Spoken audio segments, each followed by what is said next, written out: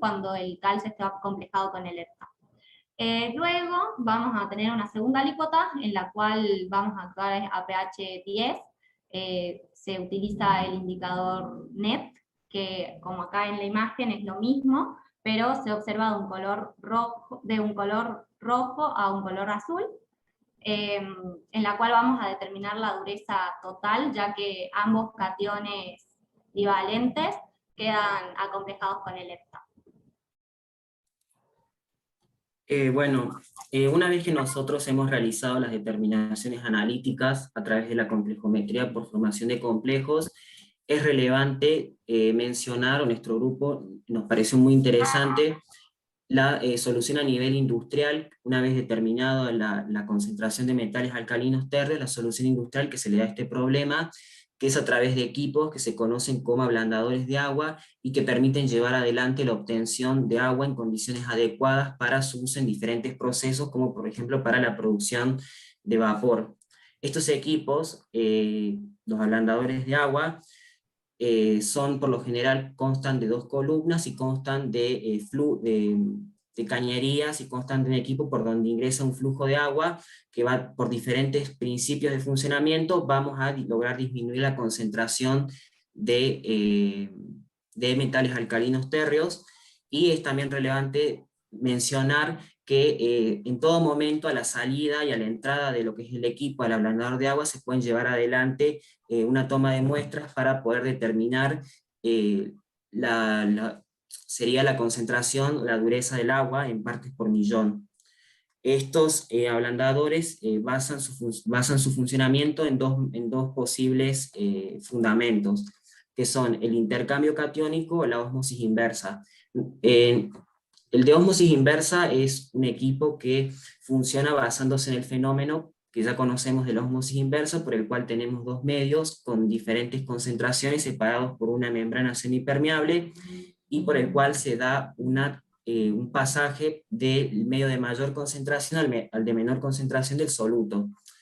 En el caso de la ósmosis inversa llevada a nivel industrial, lo que se hace es en el ablandador se coloca una membrana, y a través de una bomba se hace pasar el flujo de agua a presión, y la membrana tiene unos poros que son de un tamaño muy pequeño para que solamente el agua pueda pasar. La ósmosis inversa cobra especial relevancia no solamente cuando estamos trabajando con metales alcalinos térreos, sino cuando trabajamos, por ejemplo, con arsénico, con nitritos o con cationes de metales pesados. A nuestro grupo lo que más nos pareció más interesante fue lo del intercambio catiónico, que es un ablandador de agua que se basa en la utilización de una resina. Esta resina tiene diferentes grupos catiónicos, como por ejemplo el sodio, que al hacer pasar el flujo de agua a través de la resina se produce un intercambio de los cationes de magnesio y calcio por los cationes sodio presentes en la resina.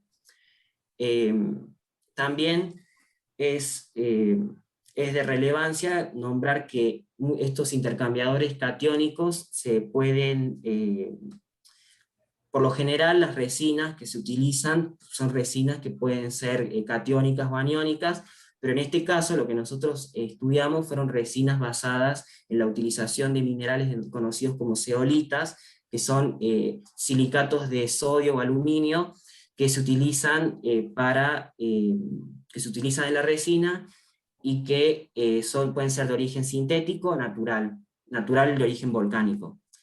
Los ablandadores basan su funcionamiento en dos ciclos: el ciclo de ablandamiento y el ciclo de regeneración.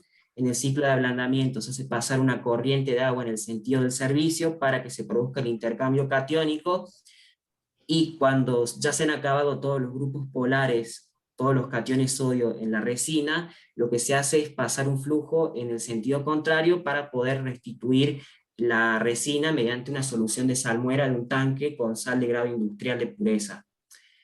También es importante nombrar lo que son las resinas, que nos pareció también muy relevante, que son sustancias esféricas que son insolubles en agua, que son el principio de funcionamiento de estos ablandadores, y que constan de varios polímeros que se encuentran unidos por lo que se conoce como un agente entrecruzante, que tiene especial relevancia en estos casos, así como también en la producción, por ejemplo, de hidrogel.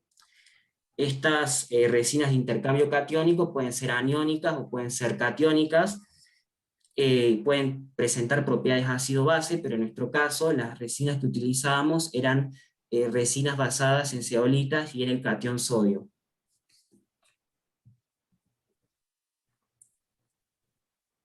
Para concluir, se destaca la importancia que tiene realizar un correcto tratamiento para el agua que va a alimentar las calderas. De lo contrario, ya vimos todos los perjudiciales efectos que esto conlleva, no solo para el proceso, sino también para la seguridad, ya que pueden causarse serios accidentes y explosiones. También queríamos remarcar que de todos los parámetros que tiene que cumplir el agua, nosotros hicimos énfasis en la acidez, dada principalmente por el ácido carbónico, y la dureza. Para esto hicimos dos titulaciones, una titulación por formación de complejos para el caso de la dureza, y una volumetría por neutralización para el caso del ácido carbónico. Como grupo también queríamos remarcar que este trabajo nos permitió aplicar lo que vimos en clase para intentar dar solución a problemas que se pueden dar en la realidad. Muy bien, muy buena la presentación. No sé si los compañeros tienen alguna pregunta que puedan hacerla por el chat o abrir el micrófono, algún comentario.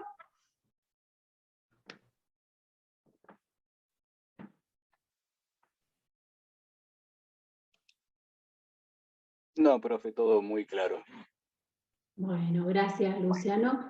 Si no hay preguntas, vamos a la encuesta. Ahí Mientras activé. Sí, se ve, Jorge. Mientras van contestando la encuesta, yo quería decir que el indicador nos indica el punto final.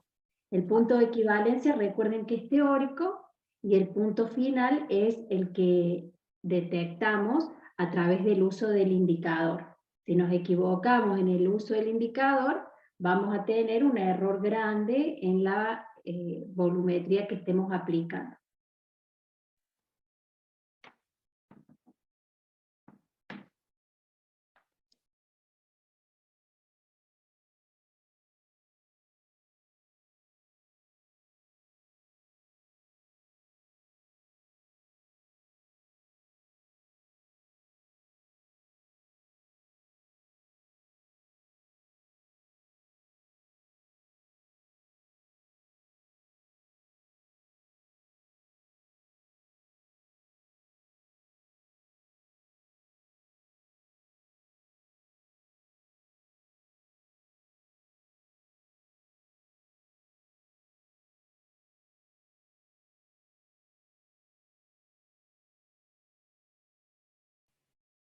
Hay gente que no ha votado, no sé si es porque no puede. Doy unos segunditos más y si no, ya finalizo la votación. Y si hay alguien que no puede, para que nos avise Claro. ahí por el chat, porque si no la finalizamos para no esperar.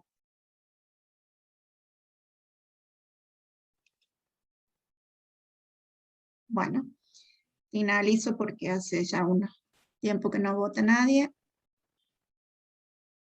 Ahí comparto los resultados.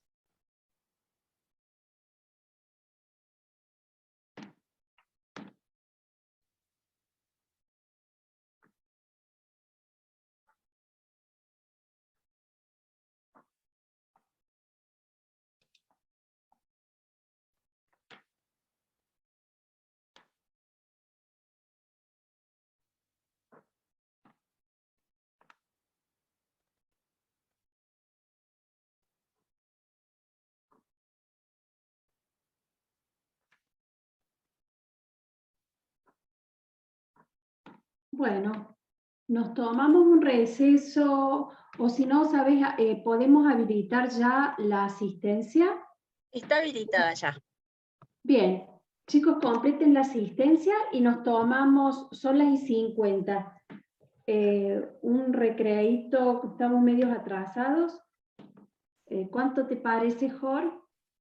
¿Y 5 minutos les parece o es muy poco? Porque A mí me ya parece llevamos, bien. bueno, sí, para poder cumplir con todos. Bien, entonces a las 55 nos conectamos de nuevo. Investigar qué fue lo que ocasionó esto y qué metodología implementaríamos para resolver la problemática.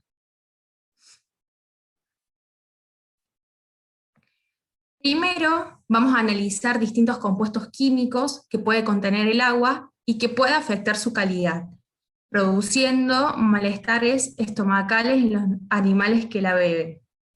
Entre ellos podemos mencionar cloruros. Se encuentran en el agua en combinación con el calcio, el magnesio, el potasio y el sodio, siendo el cloruro de sodio la sal más frecuente hallada. Los cloruros le otorgan al agua sabor salado y en exceso pueden producir pérdida de peso, deshidratación y debilidad. También podemos hallar arsénico, que en dosis bajas pueden provocar intoxicaciones crónicas, en donde los animales que consumen el agua se muestran deprimidos, sin apetito, débiles, y hasta algunos pueden sufrir convulsiones. Es muy tóxico el arsénico.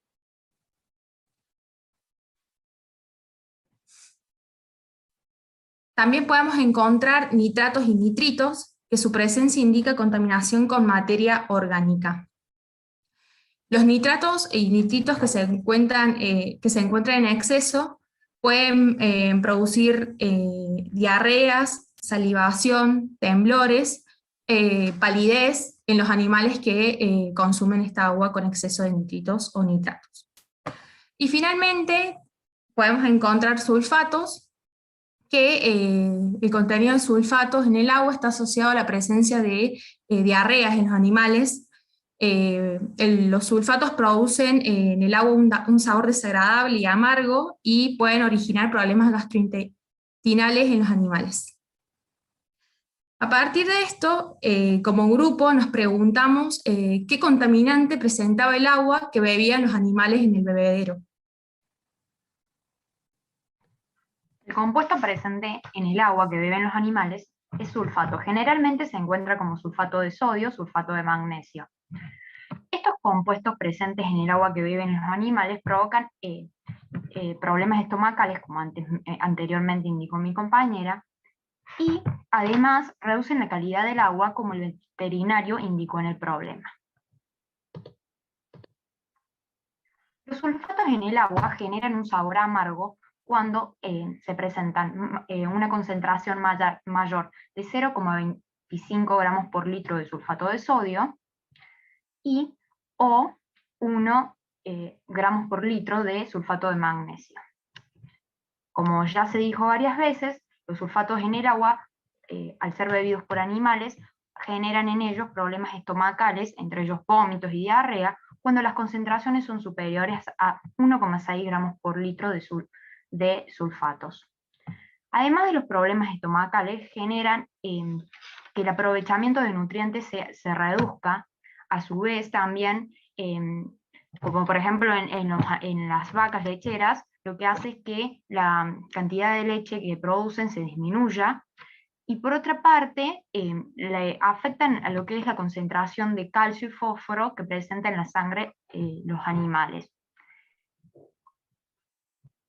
Es necesario que exista un mínimo tolerable en el agua, ya que los animales necesitan beberlo para que las bacterias que se encuentran dentro de ellos puedan producir proteínas.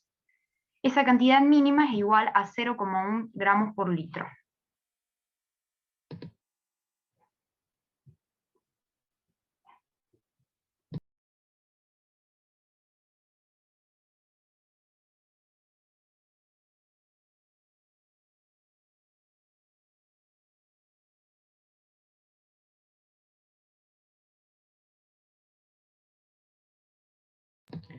Existen diferentes métodos para determinar los sulfatos en el agua, entre ellas la prueba rápida de... Perdón, hola. Sí. La determinación de la concentración de sulfatos puede hacerse por distintos métodos. Aquí nombramos los 4 más importantes. Está la prueba rápida de sulfatos, que se hace mediante test rápidos de colorimetría, que te muestran una concentración estimada de sulfatos. El método gravimétrico, que mediante la precipitación con cloruro de bario, se puede determinar la concentración de sulfatos. El método volumétrico, cuyo principio consiste en la determinación de iones sulfatos, mediante una valoración por retroceso en presencia de sulfato de bario, en un medio alcohólico y con una sal disódica de lepta. Y el método nefelométrico, que es un método instrumental, mediante el cual se mide la dispersión de la luz de las partículas, mediante un turbidímetro. El método elegido fue el gravimétrico, dado que es un método altamente cuantitativo y es muy eficaz a grandes concentraciones de sulfatos. La determinación gravimétrica de sulfatos consiste en la precipitación del sulfato de bario mediante el agregado del agente precipitante cloruro de bario. Previamente a este agregado hay un punto importante a tener en cuenta, que es la acidificación del medio, el cual impide la precipitación de otras sales indeseadas, como los carbonatos de bario. Es importante recalcar no excederse en la acidez de la solución de la muestra, debido a que la segunda constante de protólisis del ácido sulfúrico es muy baja, por lo cual puede ocasionar pérdidas por solubilidad.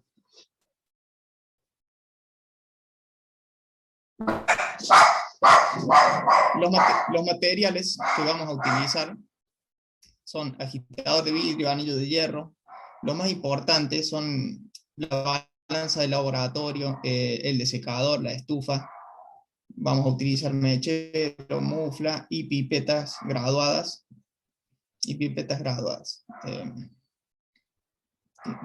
Si bien ahí están todos los materiales, he nombrado los más importantes, como también hay vasos de precipitado, pero bueno, la pipeta y la balanza son los materiales que nos van a propiciar error en las medidas, y bueno, son materiales a tener en cuenta. Los reactivos que vamos a utilizar son ácido clorhídrico, agente precipitante cloruro de bario, agente precipitante nitrato de plata, agua destilada y un indicador de pH que va a ser el naranja de metilo. Como primer paso del procedimiento, nosotros notamos que va a ser el muestreo. Este paso es muy importante, ya que un error en este paso nos puede contaminar la muestra y dar resultados equivocados. Los envases que vamos a utilizar van a ser de vidrio o plástico, preferentemente deben ser nuevos, y en caso de que sean usados, lo que se busca son envases que hayan contenido agua mineral. Los envases se lavan muy bien previamente, y antes de tomar la muestra se enjuaga el envase 2 o 3 veces con la misma agua que vamos a muestrear. La cantidad que vamos a tomar va a ser 1 litro por cada lugar a muestrear. En este caso, nosotros vamos a muestrear de 2 puntos. Un punto va a ser el bebedero, del cual toman agua los animales, y el otro punto a muestrear va a ser la fuente principal del agua. Es de donde proviene el agua que se utiliza para llenar los bebederos. Una vez tomadas las muestras, se rotula bien para no mezclarlas, y se las conserva en un lugar fresco hasta su análisis.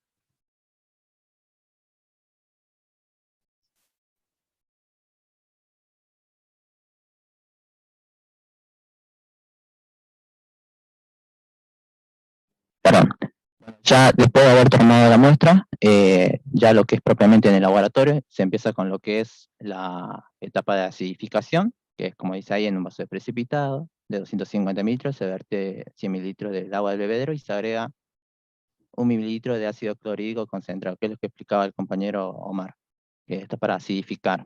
Para poder observar esta acidificación, también se puede agregar previamente unas gotas de naranja de metilo, y observar el viraje del indicador de naranja a rojo, o sea, del color del indicador desprotonado a protonado. En la etapa de calentamiento, bueno, se calienta la solución hasta ebullición incipiente y se agregan 10 mililitros de cloruro de bario diluido al 5%. El agregado de este agente del cloruro de bario se hace gota a gota y agitando constante y vigorosamente.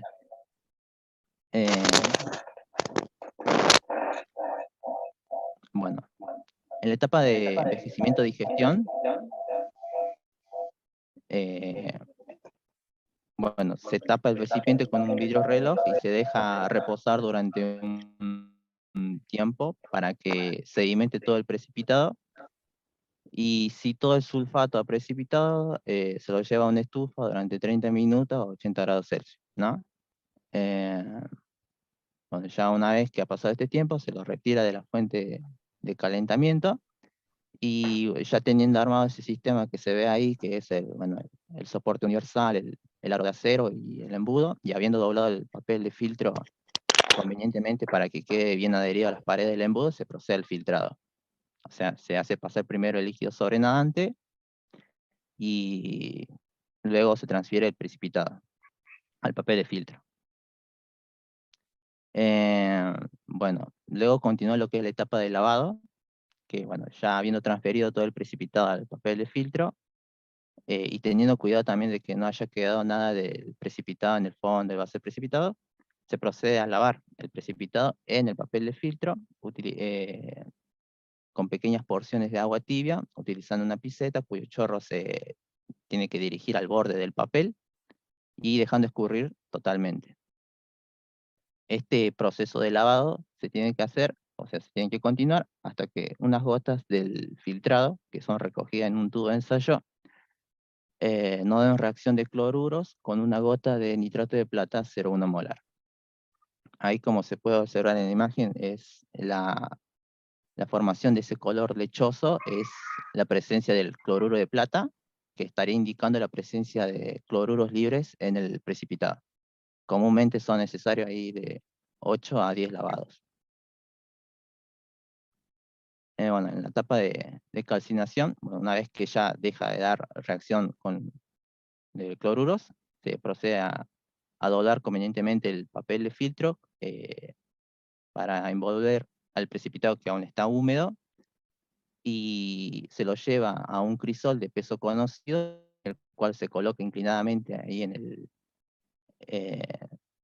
el triángulo de porcelana, y se procede a lo que es la calcinación, ¿no? Siempre regulando el fuego del mechero para que se calcine lentamente el papel de filtro, y ya una vez calcinado todo el papel de filtro, se lo lleva a una mufla a 800 grados Celsius durante 30 minutos.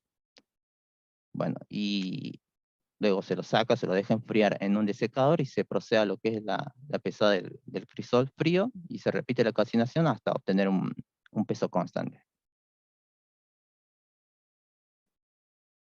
Los resultados. Para el análisis de los resultados se tomaron valores hipotéticos que consideramos con el grupo. A su vez, se trabajó con tres muestras que provienen de la toma de muestras del agua del bebedero. Lo primero que se hizo fue pesar hasta 3 veces el crisol vacío antes de comenzar con el método gravimétrico. Lo primero que se hace es calentar el crisol, se lo deja enfriar y se lo pesa. El cuarto peso que nos dio, o sea, lo pesamos 4 veces, se demostró que se estabilizó el tercer peso, es decir, que el peso del crisol se estabilizó, y por lo tanto consideramos como el peso del crisol vacío el valor número 3. El peso del crisol con el sulfato de bario, ¿no? La balanza nos indicó este valor, el crisol vacío es el valor que obtuvimos con las 3 pesadas, y por la diferencia entre estos dos valores obtuvimos el valor del precipitado. Para obtener la cantidad de gramos de sulfato en 1000 mililitros de muestra, lo que se hizo primero es obtener el factor gravimétrico, que es el cociente del peso molecular del sulfato sobre el peso molecular del sulfato de bario. Luego de ello, para obtener los gramos de sulfato en 1000 mililitros, lo que se hizo fue multiplicar el factor gravimétrico por la masa de precipitación, que sería la que teníamos anteriormente detallada, 0,6 gramos, por 1000 mililitros dividido el volumen de la solución, que serían 100 mililitros. El valor que obtuvimos es 2,45 gramos por litro aproximadamente.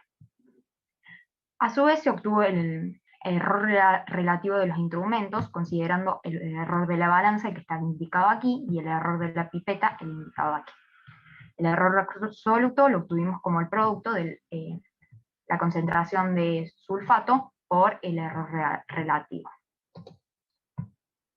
De las 3 muestras obtuvimos los siguientes resultados, y aproximadamente por litro de agua tenemos 470 gramos de sulfatos.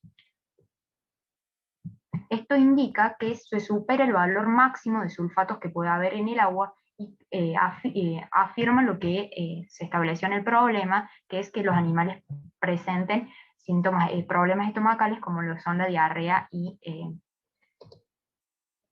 vómitos, problemas estomacales. Bien, aquí en modo ilustrativo lo que hicimos es que cada una de estas pastillas de Beroca, que es una vitamina comúnmente utilizada, tienen 100 miligramos. Por cada litro de agua, aproximadamente la cantidad de sulfato que nosotros establecimos es que son 2 pastillas y media que están disueltas en el litro de agua. Es a modo de tener una noción de lo que representa el valor.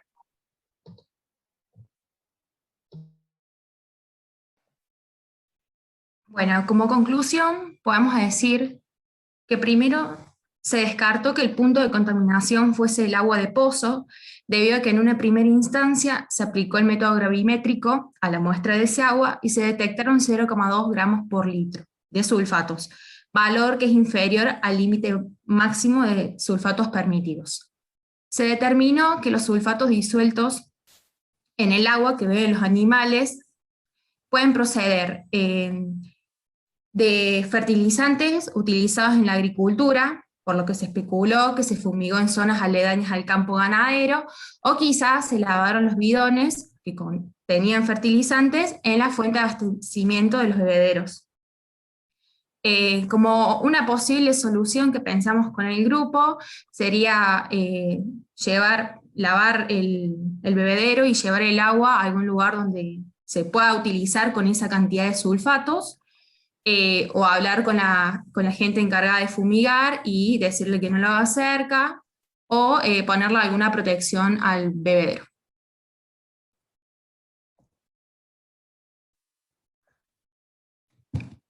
Muchas gracias por su atención.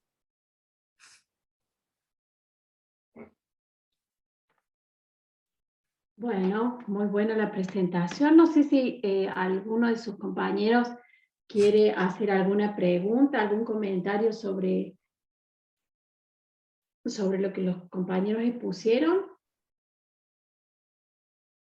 Ahí Lucía Mena está levantando la mano. Puede abrir su micrófono.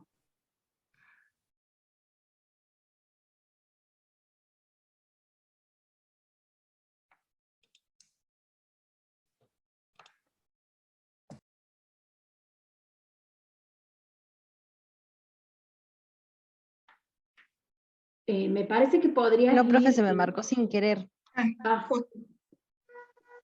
Podrías ir presentando la encuesta y nos tomamos esos tiempos mientras contestan la encuesta. No Si sé alguien por quería hacer algún comentario. Tele, fíjate si la podés activar vos porque no me deja verla ahora la encuesta. ¿Ahí? Sí se ve. Bien.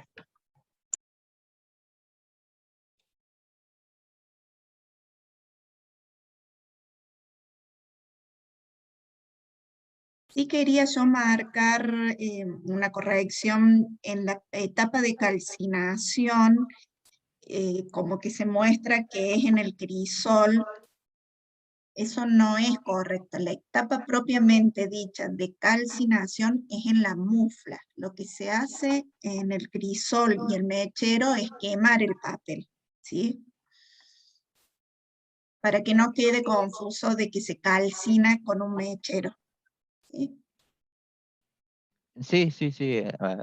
Al final en la mufla se elimina todo vestigio de agua. Claramente es ahí donde se produce todo. en la etapa de calcinación.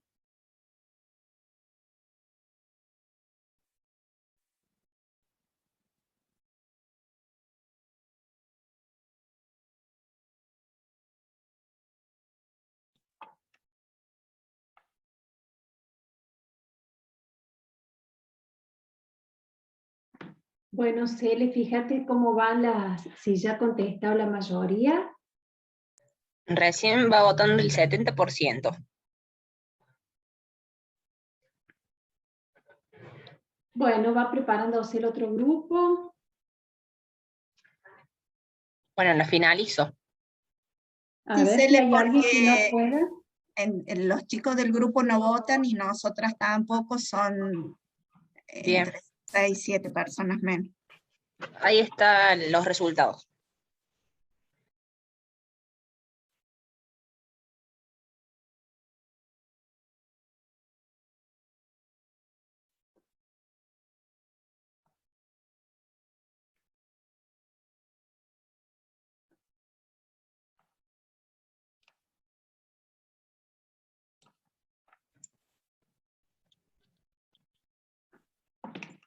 Bueno, el grupo 5.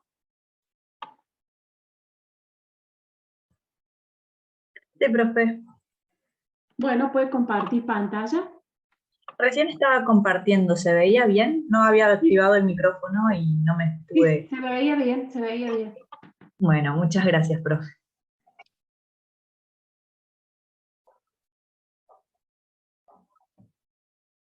Bueno, veo que están todos mis compañeros. Ya empiezo.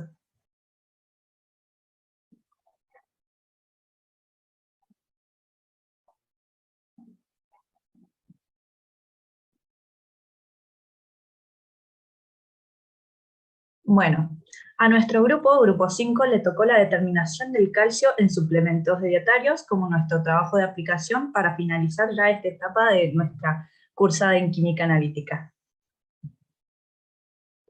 Yo voy a hablar del calcio. El calcio es un mineral muy importante y está presente en muchos animales. Es esencial para la vida. Y si no se consume diariamente en los valores recomendados, puede traer complicaciones para la salud. El calcio se utiliza en muchas partes del cuerpo humano, por ejemplo, da estructura y rigidez a dientes y huesos. Se utiliza para la transmisión de mensajes nerviosos desde el cerebro a todas partes del cuerpo, para la circulación sanguínea, para la liberación de distintas hormonas o enzimas que controlan y regulan muchas cosas en el cuerpo. Y al ser tan importante para la vida el calcio, entonces es necesario de tener métodos analíticos para poder determinarlo y para que nosotros podamos consumirlos en las medidas recomendadas. La cantidad recomendada diaria para nosotros adultos de 19 a 50 años es 1000 miligramos, pero también hay un máximo, que va a ser para nosotros 2500 miligramos. Esto significa que nosotros generalmente en nuestros alimentos llegamos bien a los 1000 miligramos y para dietas que sean indeficientes podemos consumir suplementos dietarios. También es importante saber el máximo porque puede pasar que consumiendo suplementos dietarios y llevando una buena dieta nos excedamos del límite y esto también trae complicaciones para la salud.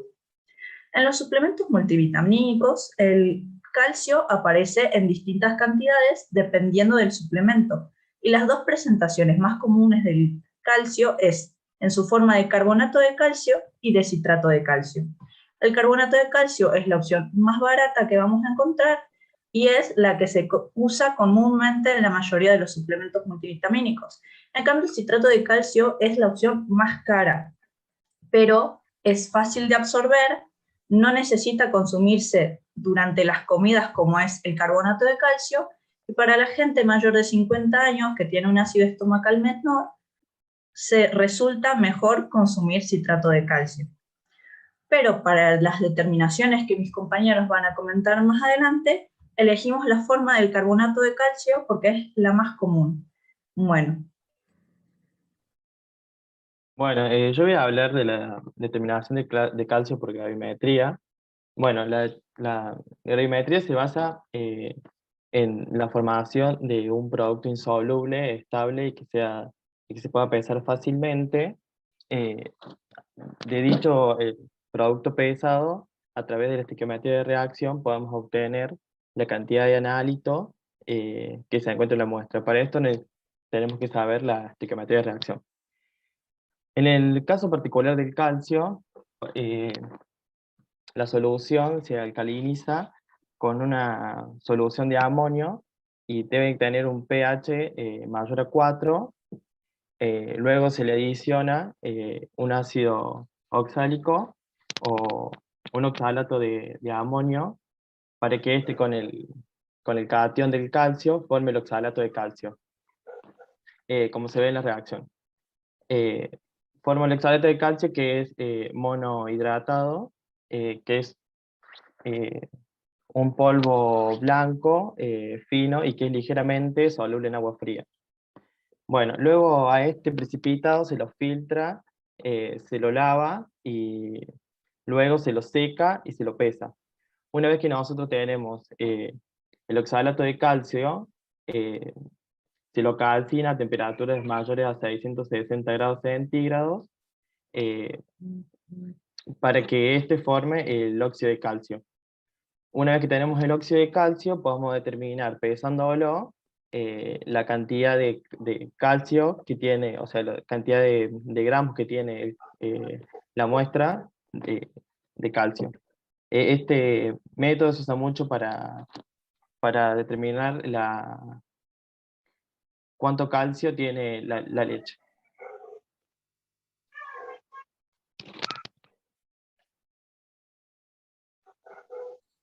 Bien, otra de las técnicas también utilizadas para determinar la concentración analítica del calcio es mediante la determinación por redox. Esta técnica consiste en hacer precipitar el carbonato de calcio que está presente en el suplemento mediante la adición de ácido oxálico. De esta forma se precipita el oxalato de calcio, que una vez obtenido este precipitado, es filtrado, lavado y secado. Luego, a este precipitado se lo procede a valorar con permanganato de potasio en el Erlenmeyer que tenemos acá al costado. Como sabemos, el permanganato de potasio es un fuerte oxidante y además funciona como autoindicador.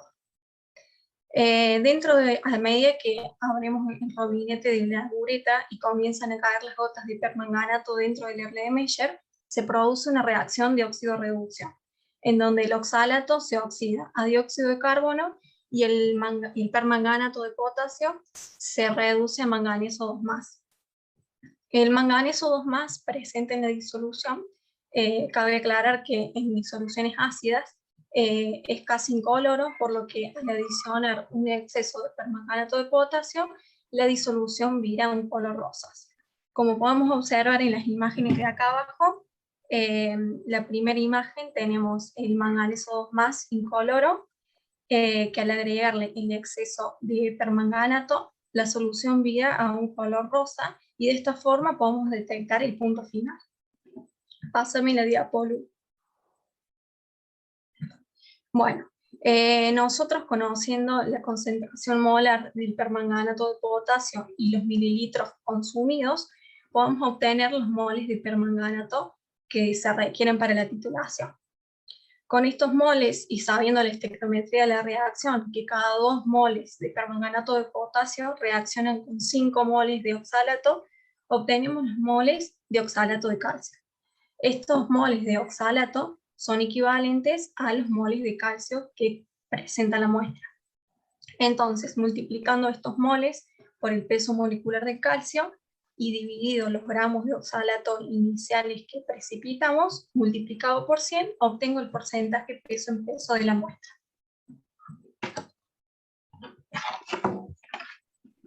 Bueno, yo ahora voy a hablar sobre la determinación de calcio con el ácido etilendiamino tetracético.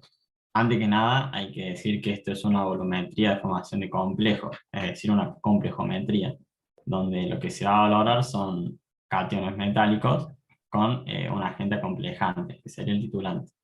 Para el calcio, el que se usa principalmente es el ETA, porque es sencillo, es cuantitativo y la reacción es 1:1. lo que me lleva a usarlo con más facilidad. Antes que nada, antes de arrancar cualquier determinación, primero tenemos que agregarle hidróxido de sodio a la muestra para poder elevar su pH. Porque de esta forma yo me saco de encima los iones de magnesio que pueda tener presentes, ya que el magnesio reacciona con el ETA también cuantitativamente. Entonces, para quitarme esa reacción de encima, yo alcalinizo la solución y bueno, precipite el hidróxido de sodio y así puedo trabajar únicamente con el calcio. Bueno, una vez que ya agregué el hidróxido de sodio, lo que tengo que hacer es añadir 1 o 2 gotas del indicador. Hay dos principalmente, la murexida y el azulado de ericromo, el negro azulado de ericromo. Bueno, los dos son dicromáticos, así que bueno, ya más adelante le vamos a decir por qué elegimos la murexida. Una vez que ya agrego el indicador, procedo a ir agregando el ETA. De esta forma, la reacción va a ser de 1 a 1 hasta que llegue al punto de viraje, que es la siguiente diapo. Bueno, acá al costado se ve como en un GIF. ¿Por qué elegimos la murexida? Porque la murexida al principio es rosa y una vez que vira se vuelve púrpura, una vez que llega al punto final. Así que en este GIF que está al costado estamos viendo cómo sería una determinación con murexida como indicador. Bueno, una vez que llega al punto final, se calcula muy fácilmente las moles de calcio, sería la molaridad del ETA que yo fui agregando por el volumen de la solución titulante, en litros obviamente, ¿no? Unidades. Y la concentración de calcio se calcularía como los moles calculados anteriormente por el peso molecular del calcio dividido el volumen de la muestra inicial. Todo en litros y en gramos para que me den bien las unidades. Ahora en la siguiente diapositiva mi compañera va a explicar cómo es el ejemplo de aplicación nuestra.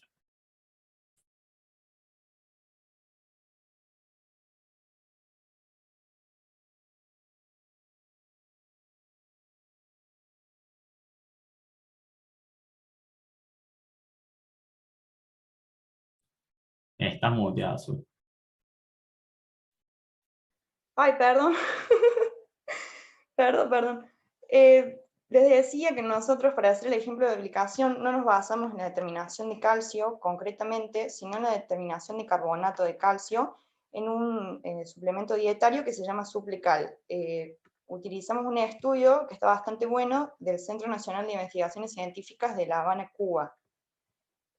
Lo que se usa, los equipos que van a usar son una bureta, Erlenmeyers, una pipeta volumétrica y un agitador magnético, que bueno, acá están las fotitos para que puedan verlos bien, aunque ya lo vimos bastante en los videos.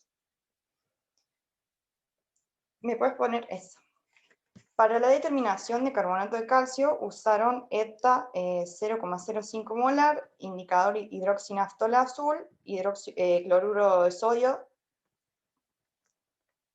hidróxido de sodio, y ácido clorhídrico para la disolución de las muestras. Lo primero que hicieron fue utilizar el carbonato de calcio como patrón primario, ¿sí? Como nosotros ya sabemos, el patrón primario tiene que tener una composición conocida, pureza elevada, tiene que ser estable a temperatura ambiente, puede ser secado en una estufa, no tiene que reaccionar con los componentes del aire. Entonces usaron carbonato de calcio patrón primario. ¿Qué pasó? Primero se pesaron 50 miligramos de carbonato de calcio que lo secaron en una estufa a 200 grados. Después se humedeció con agua destilada y se disolvió en ácido 3 molar. Después todo eso se llevó a un Erlenmeyer de 250 mililitros y se añade agua destilada, que serían unos 50 mililitros aproximadamente.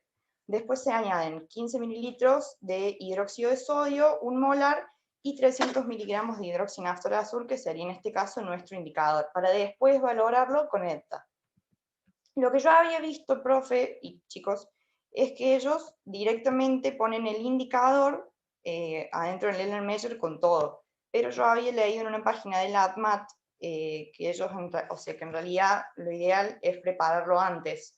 Una disolución de 300 miligramos en 100 mililitros de agua y 10 mililitros de hidróxido de sodio. Y después a eso se le pone editato de sodio, editato disódico 0,05 molar. Creo que acá está, claro, acá está en la diapo donde se pueden ver las capsulitas, el carbonato de calcio y el indicador, los colores del indicador. Después de realizar el estudio, tendríamos los resultados, que estos acá en la primera columna están los miligramos pesados de carbonato de calcio patrón primario y el volumen de hecta que se agregó para realizar la valoración. Y de ahí, con la cuenta que había hecho Male anteriormente, se sacan la cantidad de miligramos de carbonato de calcio que habría por cápsula. Nosotros en realidad lo que nos tocó en el trabajo no era el carbonato de calcio, sino el calcio solo, así que sacando la cantidad de gramos de calcio que hay en un mol de carbonato y la cantidad de gramos de carbonato, podemos sacar el calcio de los suplementos. Así que no habíamos encontrado un ejemplo puntual que se aplicara a únicamente determinación de calcio en los suplementos. Después, en el estudio también lo que se mostraba era que hacían por sextuplicado el análisis y lo hacían hacer a 3 analistas en 3 días distintos y en 3 momentos diferentes del día. Luego de realizar los cálculos, les daba a los chicos que el error era de 0,9. O sea, súper bien. Así que, como ese sería todo el estudio, digamos, en el que nos basamos para hacer el ejemplo de aplicación. Así que bueno, como para finalizar, nosotros queríamos decir que, por ejemplo, conociendo las cantidades que dijo Lu antes, requeridas de calcio a una edad determinada y además de contenido máximo, lo más acertado y cómodo sería que, por ejemplo, cada capsulita tenga unos 400 o 500 miligramos de calcio por unidad, ya que de esa forma se puede dividir la cantidad de calcio necesaria por el contenido del mismo, y el resultado sería la cantidad de capsulitas que habría que ingerir por día. Por ejemplo, como luego había mostrado, de 51 a 70 años, se tiene que consumir 1200 miligramos por día. ¿Sí? Que si cada capsulita tuviera 400 miligramos de calcio, tendrías que tomar 3 por día. Y eso está bueno porque en vez de tomar una entera de 1200 directamente, hacerlo de a dosis facilita la digestión del mismo. Después también, bueno, elegimos el método de Lepta porque fue como lo más fácil y lo más barato dentro de lo que vimos. También habíamos visto, bueno, por ejemplo, gravimetría y los otros métodos, pero en el caso de la plata, el nitrato de plata, era como un compuesto muchísimo más caro que el Lepta y tiene que ser rentable. Así que bueno, nos pareció que lo más lógico era directamente elegir la valoración con el Lepta.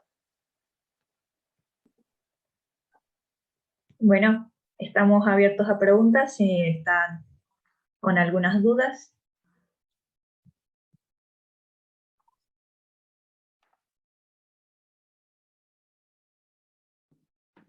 Bueno, muy bien, chicos.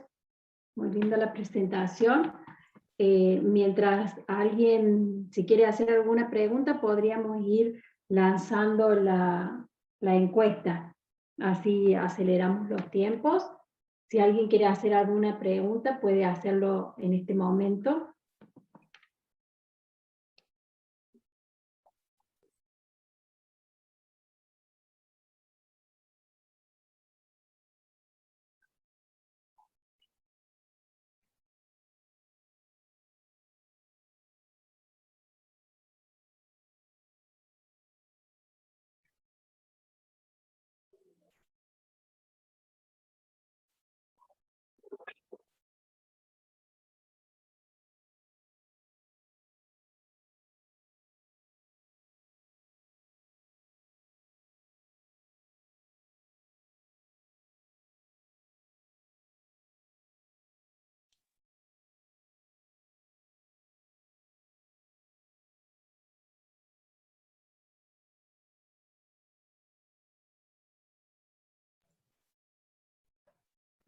¿Ya todos votaron? ¿Así ya la finalizó?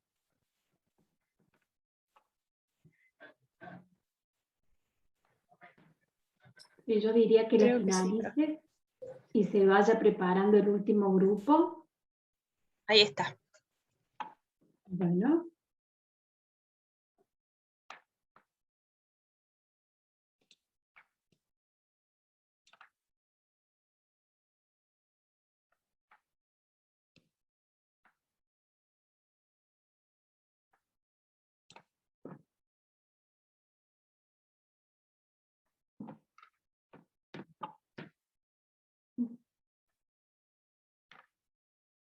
Bueno, vamos al último grupo.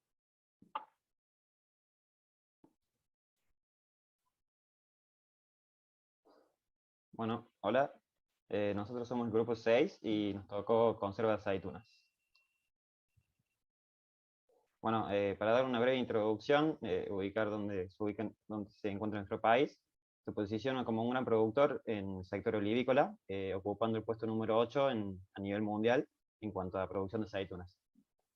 Bueno, en nuestro proceso nosotros buscamos darle valor a las aceitunas mediante distintos procesos mecanizados, que ya vamos a hablar más en detalle a continuación, y cuyo objetivo principal es eliminar parcialmente el amargor natural que poseen las aceitunas mediante el uso de una disolución de hidróxido de sodio denominada lejía. Bueno, a raíz de estos procesos es que se genera una gran cantidad de efluentes dañinos para el medio ambiente, y es por eso la razón por la cual debemos tratarlos previamente antes de que estos efluentes sean vertidos.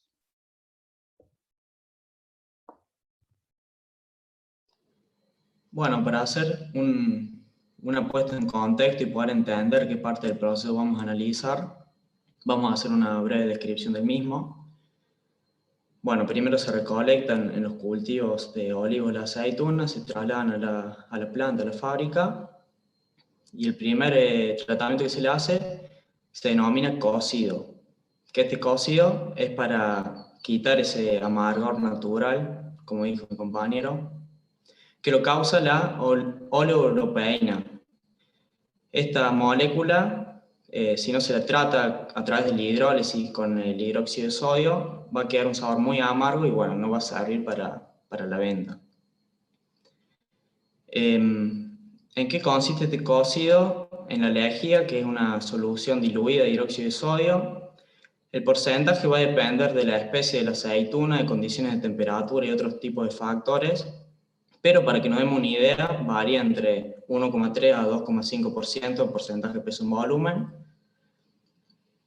Y bueno, posteriormente a este cocido, que también el tiempo de cocido y la cantidad de veces que se realice este tratamiento va a depender de la empresa, se realizan en esas cisternas que se ven en la imagen, tanto el cocido como el fermentado, que ya vamos a hablar de él más adelante. Posteriormente a este cocido, una vez que ya se saca la oleoproteína a través de la hidrólisis, se realiza un lavado. ¿Para qué sirve? Bueno, para lavar, valga la redundancia, las aceitunas, para poder sacarle el hidróxido de sodio y para poder pasar a la próxima etapa, que vendría a ser la fermentación láctica con salmuera, que bueno, eso ya no nos compete porque nosotros vamos a centrar el análisis en los efluentes en la etapa de cocido y lavado. Otra cosa importante tener en cuenta en el cocido, que aparte de sacarle el amargor, genera una penetración dentro de la capa de la carne de la aceituna, que penetra aproximadamente entre un 2/3 y un cuarto con respecto al hueso de la aceituna. Eso también va a depender de la empresa, qué proceso vaya a realizar, y la especie de la aceituna. Bueno, como ya se dijo, estos dos procesos generan una cantidad de efluentes muy grandes y muy contaminantes. Otro efluente contaminante a tener en cuenta es que cuando el cloruro de sodio entra en contacto con compuestos orgánicos de los efluentes que salen de la aceituna, se generan complejos organoclorados que también son muy contaminantes. Bueno, más detalladamente los efluentes, estos provienen de las lejías que se utilizaron en el tratamiento de cocido y en el agua de lavado. y representan un gran volumen. Bueno, como dijimos antes, que son altamente contaminantes, se ve principalmente el pH básico que tienen. Además, tiene un gran porcentaje de sólidos disueltos en suspensión, de grasas, tiene una elevada conductividad y valores altos de demanda química y biológica de oxígeno. La imagen de la derecha podemos ver que son fuertemente coloreadas estos efluentes, principalmente por los polifenoles que posee el fruto de la aceituna. Bueno, continuando con un análisis de los efluentes, es importante mencionar que las aguas residuales son muy complejas porque contienen muchos componentes como pueden ser el hidróxido de sodio, azúcares reductores, nitrógeno, fenoles, sólidos disueltos y suspendidos, fósforos, sulfuros y trazas de otras sustancias. Sin embargo, para nosotros el principal compuesto de interés es el hidróxido de sodio, por lo que consideramos en este análisis que los otros componentes fueron separados previamente. Aprovechando la característica de base fuerte del hidróxido de sodio, es que el método elegido para el análisis fue la volumetría de neutralización, y vamos a llevar a cabo una neutralización de una base fuerte con un ácido fuerte, por lo que va a ser importante tener especial cuidado en la manipulación de las soluciones de ácido y base fuertes, y respetar las normas del laboratorio para evitar accidentes. Bueno, acá podemos observar el material de laboratorio que se va a utilizar, como pueden ser la bureta graduada, pinza y nuez, soporte para bureta, pipeta graduada y propipeta, matraz Erlenmeyer, vaso de precipitado con un volumen de muestra, los indicadores fenolftaleína, naranja metilo, que nosotros los elegimos porque además de la neutralización, lo que queremos hacer es una aplicación del método de Warder para ver si no tenemos interferencias de carbonatos o bicarbonatos. Además, vamos a necesitar una solución de ácido clorhídrico estándar, de hidróxido de sodio estándar y un pHímetro. Y acá a la izquierda podemos ver cómo está montado todo el equipamiento para la experiencia. Bueno, comenzando con el procedimiento químico, lo primero que se va a hacer es pipetear una alícuota de la muestra y se la va a llevar a un matraz Erlenmeyer. Luego vamos a agregar 2 gotas del indicador fenolftaleína y vamos a observar que la muestra toma un color rosáceo, ya que su pH inicial esperado es básico y mayor a 10. Luego se va a enrasar la bureta hasta aforo con una solución de titulante ácido clorhídrico que va a estar previamente estandarizada con un patrón primario, carbonato de sodio anhidro. Una vez que tenemos todo esto montado, comenzamos la valoración abriendo la llave de la bureta con mano no hábil y agitando el Erlenmeyer con la mano hábil, y vamos a dejar caer gota a gota el valorante hasta que observemos un viraje de la fenolftaleína de rosa a incoloro. En ese momento vamos a detener la titulación y vamos a anotar el volumen de ácido clorhídrico que se gastó y el valor de pH que indica el pHímetro. Una vez hecho, agregamos 2 gotas de indicador naranja de metilo y un exceso de ácido clorhídrico en el matraz. Y acá en las imágenes podemos observar el instrumento pHímetro y el indicador naranja de metilo con sus 2 colores de viraje. Bueno, como previamente mencioné, nosotros hicimos un agregado en exceso de ácido clorhídrico para ver si no obteníamos otro punto de equivalencia que nos diera la pauta de que teníamos presencia de carbonato o bicarbonato. Sin embargo, no pasó nada, el naranja metilo no cambió de color, lo que nos estaría confirmando prácticamente que solo tenemos una presencia de hidróxido de sodio, pero para confirmar hacemos una retitulación. Entonces se hierve la solución, se retitula con hidróxido de sodio estándar esta vez porque es ácido clorhídrico en exceso lo que estamos titulando, y lo vamos a hacer hasta que observemos el viraje del indicador naranja de metilo. Una vez que observamos esto, anotamos el volumen de hidróxido de sodio gastado, el valor de pH indicado en el pHímetro, y si comparamos vamos a ver que son idénticos con el obtenido en la primera titulación. Y acá a la derecha podemos observar una curva que va a ser la de esta segunda titulación, y la de la primera la vamos a ver posteriormente, pero va a ser idéntica a esta, pero espejo.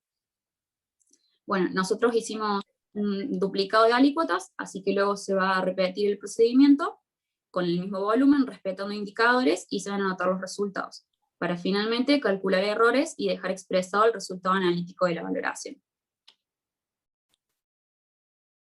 Bueno, a continuación presentamos la reacción que tiene lugar en la titulación.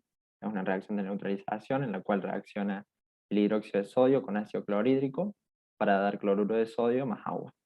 Podemos ver que la estequiometría de la reacción es 1 a 1, y como había dicho mi compañera, esta sería la gráfica que se obtendría de la titulación, donde el punto de equivalencia se encuentra aproximadamente a un pH de 7. como el objetivo de nuestra titulación es poder determinar el pH inicial de estos efluentes para poder saber si pueden verterse sin tratamiento previo, respetando la reglamentación vigente, vamos a proceder, luego de realizar la titulación, a calcular la concentración inicial de hidróxido y el pH de esos efluentes.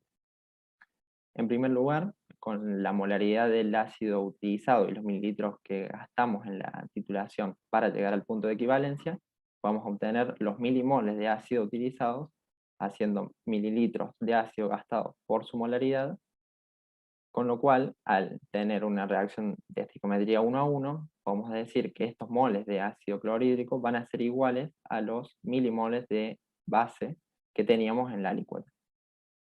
Con este dato podemos obtener los milimoles de hidróxido que teníamos en la muestra original, haciendo los mililitros de muestra por los milimoles de la alícuota sobre los mililitros de la alícuota. Una vez calculado esto, podemos obtener la molaridad del hidróxido en la disolución problema en los efluentes, haciendo los milimoles de hidróxido que teníamos en la muestra inicial sobre los mililitros de muestra. Luego de haber calculado la molaridad de la base, estamos en condiciones ahora de calcular el pH que tenían esos efluentes. Como el hidróxido de sodio es una base fuerte, podemos decir que la concentración de oxidrilos que vamos a tener en el medio es igual a la concentración analítica del hidróxido. Entonces, con esa concentración de oxidrilos, podemos calcular el pOH como el menos logaritmo de esa concentración, para finalmente calcular el pH inicial de la muestra, de los efluentes, haciendo 14 menos el pOH calculado anteriormente. Además, nos será importante calcular el volumen del punto de equivalencia para un cálculo en las próximas filminas, y sabiendo que la estequiometría es 1 a 1, y en el punto de equivalencia el número de equivalentes de ácido es igual al número de equivalentes de base, podemos plantear que la molaridad del hidróxido de sodio por el volumen de la muestra inicial es igual, de la alícuota, perdón, es igual a la molaridad del ácido utilizado por los mililitros de ácido utilizados. De esta fórmula podemos despejar los mililitros de ácido utilizados para llegar al punto de equivalencia, ya que todos los otros valores son conocidos. Luego de haber realizado todos estos cálculos, podemos pasar a analizar los errores en la titulación. En primer lugar, podemos ver el error en la medición. Como ya mis compañeros habían dicho anteriormente, hemos trabajado con 2 alícuotas, así que luego de calcular la molaridad que tenía la muestra a partir de cada alícuota, sacamos el valor medio entre esas 2 molaridades con esta fórmula, y luego sacamos la desviación estándar utilizando esta fórmula, para finalmente poder expresar el error de la titulación con el valor promedio de las molaridades más menos el error que es esta desviación estándar con sus respectivas unidades. Por último, podemos plantear como error del indicador el volumen del punto final, que es el volumen de lectura en la bureta al observar el viraje del indicador, menos el volumen del punto de equivalencia sobre el volumen del punto de equivalencia, que es el volumen que se obtuvimos anteriormente por los cálculos analíticos. Cabe mencionar también en esta parte, como habíamos mencionado antes, que el salto de pH en la curva de titulación cercanos al punto de equivalencia es bastante pronunciado, por lo tanto, se puede utilizar un gran número de indicadores sin incurrir en grandes errores. Bueno, a modo más de ejemplo, pusimos valores de referencia que obtuvimos de un informe que se hizo en una empresa de Cuenca del Sol, ubicada en Cruz del Eje, Córdoba, en el que podemos comparar los valores obtenidos de pH o de concentración de cloruros de hidróxido con los máximos permitidos según la normativa vigente. Si vemos, por ejemplo, el pH de los tratamientos de cocido y lavado son bastante más elevados que los pH permitidos, por lo tanto, es obligatorio realizar unos tratamientos a los efluentes previo a que sean vertidos y se van a ver a continuación. Bueno, con respecto al tratamiento de efluentes, el cual hasta hace relativamente poco no se le daba mucha importancia y los residuos eran desechados sin ningún tipo de cuidado al medio ambiente, Existen distintos métodos que son utilizados hoy en día. Uno que fue considerado es el tratamiento mediante neutralización de las aguas ricas en hidróxido de sodio con ácido clorhídrico. Este método fue rápidamente descartado por los grandes volúmenes de ácido que se requerirían, haciéndolo poco viable. Un método que tiene mucho impacto es el reuso de soda, que si bien para industrias pequeñas no es muy útil o rentable, para aquellas que son más grandes y tienen un gran caudal de aguas con hidróxido les resulta beneficioso.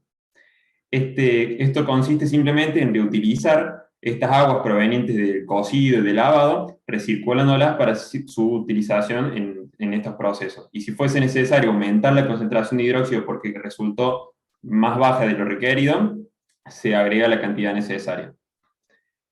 Otro método es la disminución de lavados. Por lo general, como se había nombrado antes, se hacen entre 2 o 3 lavados para quitar lo que haya podido quedar de soda en la aceituna. Pero existe una tendencia mundial a reducir estos lavados a uno solo, pero que tiene un periodo de duración más extenso. Esta técnica es bastante mayormente aplicada por las empresas en comparación con el reuso de soda, justamente por eso que mencioné de la rentabilidad. Es más rentable ya que implica una reducción del agua utilizada y por consiguiente tenemos un menor volumen de afluentes.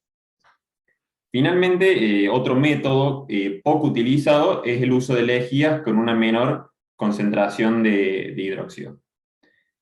Alternativamente existen otras técnicas de depuración de afluentes más específicas que pueden ser biológicas, utilizando microorganismos que degraden el contaminante, o físicas, como puede ser una balsa de evaporación, las cuales en este tipo de industrias son muy comunes, o una combinación de ambos.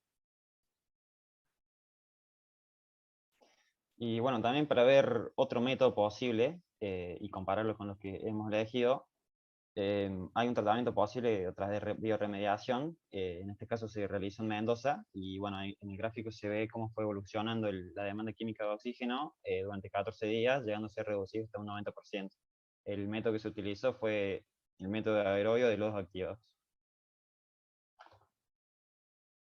Bueno, y como conclusión, consideramos que es importante tener en cuenta el impacto ambiental que provocan estos efluentes generados durante el proceso y analizar las distintas técnicas y su viabilidad en la aplicación industrial. También pudimos aplicar los temas estudiados en la materia para proponer una solución a esta problemática.